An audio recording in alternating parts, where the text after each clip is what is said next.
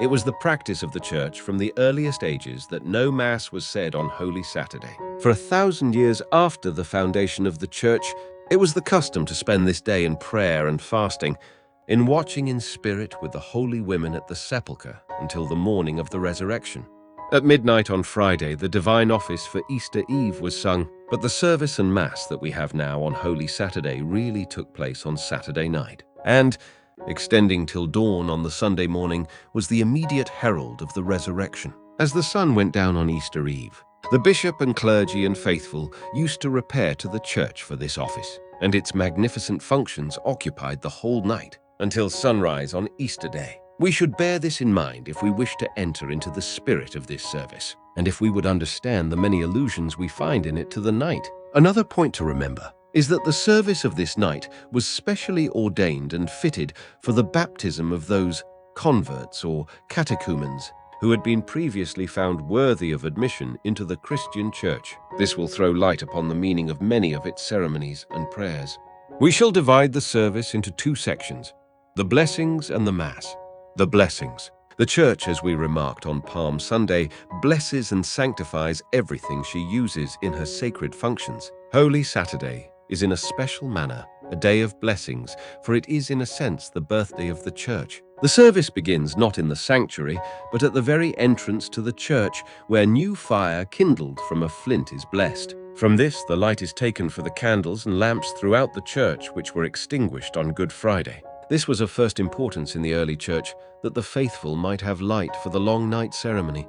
5 grains of incense are then blessed, and the deacon lights a triple candle in honor of the 3 persons of the adorable Trinity, and leads the way through the darkness to the sanctuary, thrice announcing as he goes, Lumen Christi, the light of Christ. When the procession reaches the sanctuary, the deacon chants his song of triumph, Exultet, and solemnly blesses the great paschal candle. This candle is of unusual size, standing alone of a pillar-like form, and in the ages when the service was held at night, shed a dim religious light over the sanctuary during the long vigil. When lighted, it is the representation both of the pillar of fire, which went before the people of God in their wanderings through the desert, and of the newborn glory of Jesus, risen from the grave.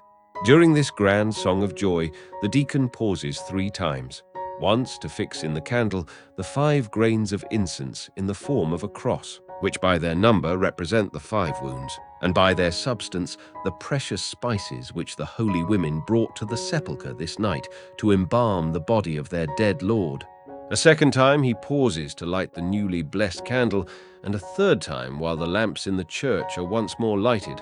After this exulte come the 12 prophecies, which were primarily intended for the instruction of the catechumens who were to be baptized this night. Then comes the blessing of the baptismal font. In front of the procession is carried the paschal candle, which leads these neophytes to the waters of salvation, even as the pillar of fire led the children of Israel to the saving waters of the Red Sea.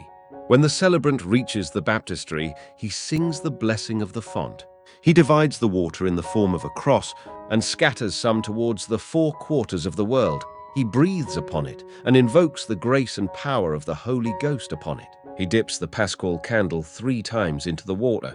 The people are then sprinkled with this Easter water, and after this, the holy chrism and oil of catechumens is poured into the font to mingle with the baptismal water. This completes the solemn blessing of the font, and after this, the catechumens were formally baptized and then confirmed. After the blessing of the font, the procession returns to the sanctuary and the litanies of the saints are sung, during which the celebrant and sacred ministers lie prostrate before the altar. Towards the end of the litanies, the priests rise and go to the sacristy to vest for Mass.